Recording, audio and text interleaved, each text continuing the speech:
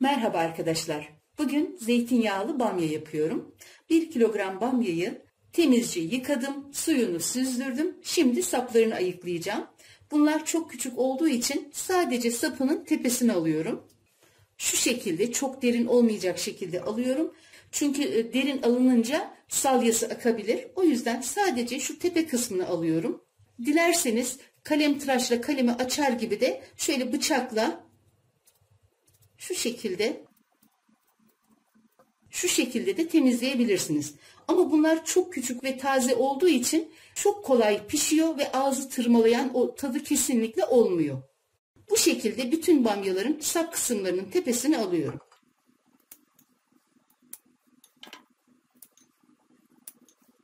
Bazılarının o saçakları var. Şuralarında bazılarında saçak var. O saçakları ve tepe kısmını almak yeterli. Bamyaları tek tek ayıkladım. Diğer malzemelerimi de hazırladım. Şimdi önce 2 adet orta boy soğanımı ince ince yemeklik doğruyorum.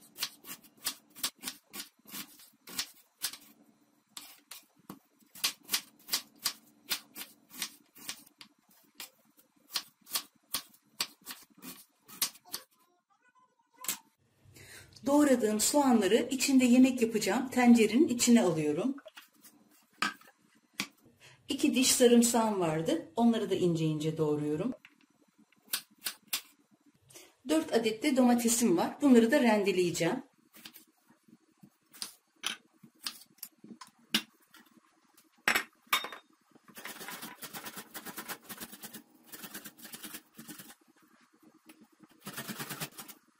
Domatesleri de rendeledim. Artık ocağın başına geçiyorum.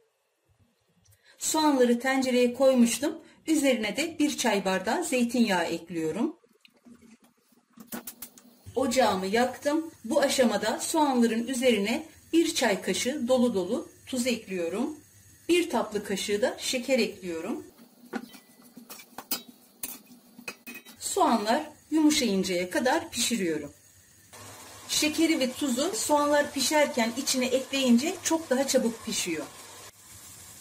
Soğanlar biraz pişince içine sarımsakları ekliyorum. Soğanlar böyle cam gibi parlayınca çok da kavurmuyoruz soğanı. Üzerine rendelediğim domatesleri ekliyorum.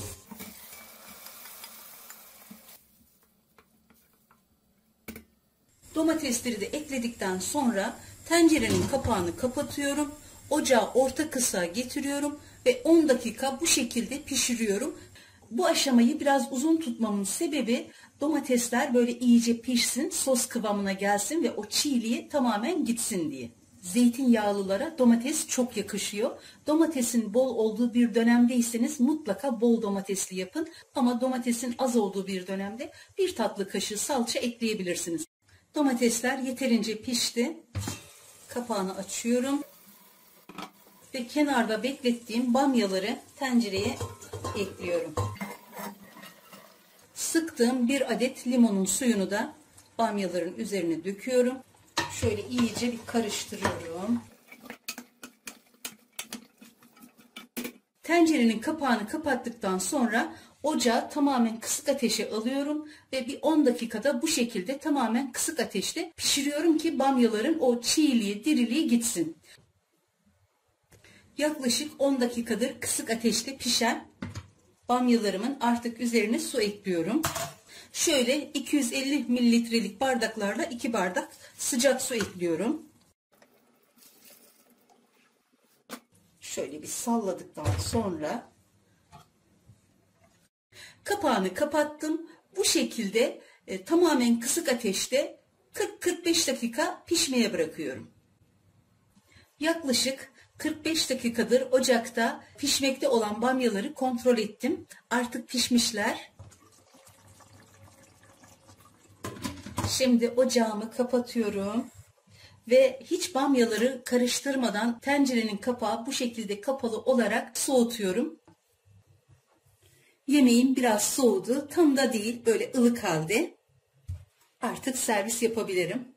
Vaktiniz varsa bir gece dinlendirdiğinizde tabii ki çok daha güzel olur. Ama soğuk seviyorsanız. İster ılık, ister soğuk, istediğiniz gibi servis yapıp yiyebilirsiniz. Ben şimdi bir kısmını tabağa alıyorum. Suyu ne fazla ne eksik, tam kıvamında.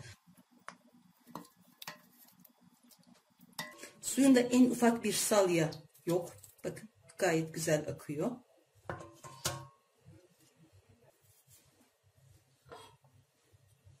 Oldukça hafif, sağlıklı ve lezzetli bir yemek.